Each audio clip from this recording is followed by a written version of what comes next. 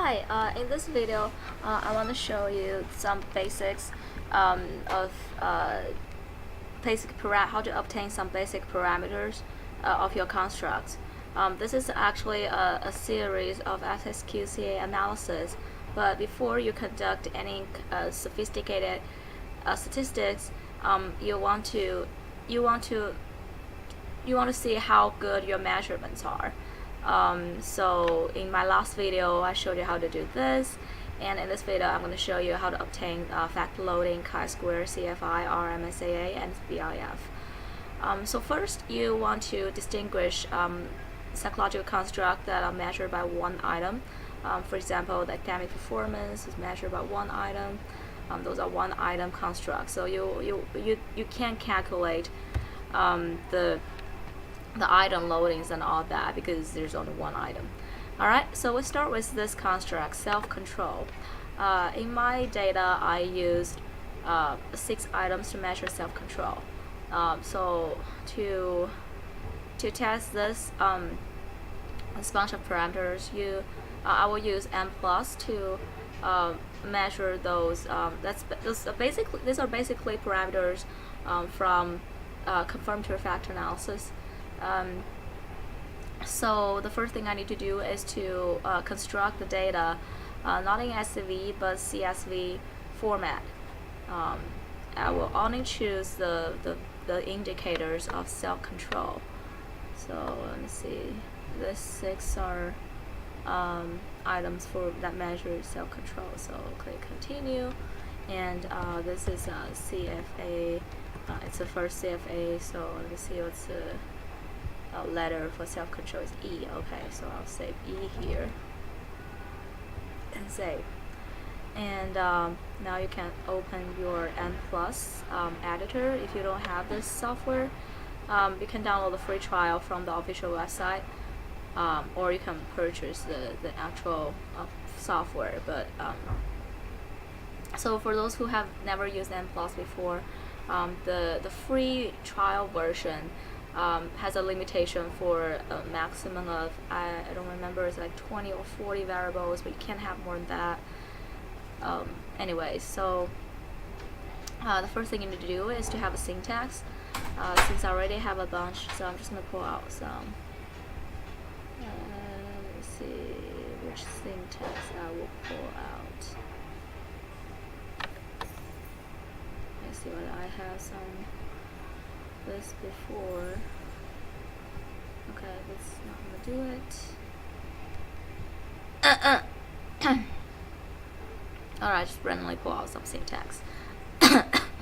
So those don't matter. So I'm just gonna name it. This is a self-control CFA. Okay, so you need the path to your data. Let's see where I save the path. Okay. I got a problem here. Let's see, where did I save? I forgot where I saved the path, so I'm not gonna do it again. Create a folder here. So the thing with your path is that, well, obviously first you need to remember where you save the data, and second, M+ is such a weird software that it only recognizes path names that are all English. So if you have any foreign language, make sure you replace those with English letters. Okay, so let me save it again. Okay, so I saved it in that folder. That doesn't. Alright, I'm just going to change the name into English. So this is cognitive behavior, cognitive behavior model. It doesn't allow me to save that. Let me see. I'm going to just do a new one. I'm just going to do just data analysis. I'll just save it again. Save as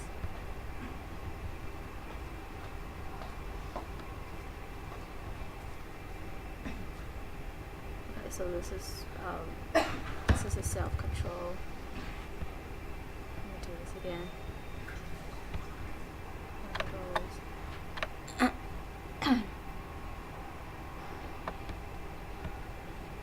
Make sure you only select the items that you will use to test the reliability of that construct. Okay, so the cell control, CFA, save. Alright, now I can pull it out from M+. So how do you know the path? Well, find your data, right click and select the property, and you can just copy and paste that path. Make sure it's all English.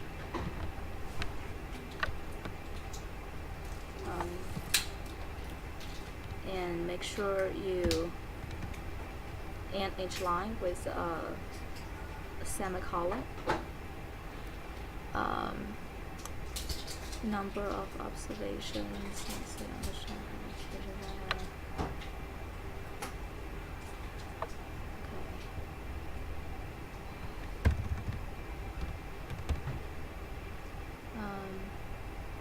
Okay, so for those are new to M+, you need to give a name for each item, because M+ doesn't automatically count the number of variables. And if you're just using part of your data, you can specify use variables blah blah blah. But for this confirmatory factor analysis, I just need the 6 variables, and I just save those 6 variables. Alright. Okay, so now I've edited the syntax. Let me save the syntax. Paper, I think I put it there. Okay, it's self-control, CFA. Alright, and oh, I haven't named this, identified the data file, so that wouldn't run. Okay. Alright, now I got everything. Make sure you have title, your data, your variable, your model, and output. Those are basic components in a CFA. Alright, so there's an error. Usually there's an error. It says I cannot find my CFA, right? Because I didn't specify it's a CSV file. It's a CSV file. Okay, let me try this again. Oh, that's the output. That's the output document, so you can't edit it directly. I mean, you can, but it won't do anything. Okay, save and run. And there's a syntax again. Okay, so this error results from me when I save the data, I include the variable name in the data file, which is wrong. So let me do that again. Okay, so save as CSV variable, only select the variables that you will need for this confirmatory factor analysis. So that's those 6 variables. Okay, continue, and this is self-control CFA. And make sure you uncheck that option so that you don't have the variable name included in your CSV data file. Save. Okay, and because I just changed the file name, so I need to change the file name here. Let's see. Okay, cool.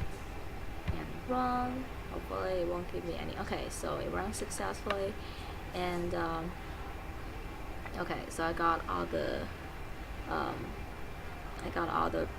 parameter values, and what you need for this basic test of internal reliability is that you need the range for factor loading. So where do you find that? In the output, go to the standardized, the STD YX standardization, and these are the indicator loadings, which means to what extent this item can represent your construct. So the loading for the first one, the first item is 0.479. That's not very good, but it's still about 0.3, so it's acceptable. Alright, so now I'm gonna put the range of the factor loading there, 0.48 to, let me see, the highest is 0.68. Okay, so you got those. And the second parameter we're looking for is a chi-square, which you can find here. Chi-square test the model fit.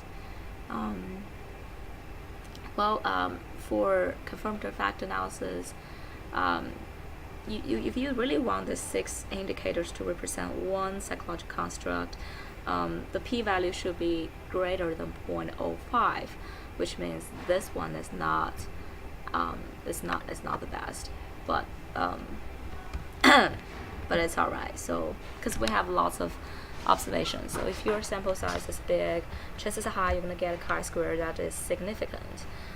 It doesn't really matter that much, so I'm just gonna put a star on it, meaning this one is significant. Well, it's obvious because it's 37.34. It's pretty high. Okay, I'm gonna adjust the column width later on. Okay, so the next parameter you're looking for is CFI, and it's here.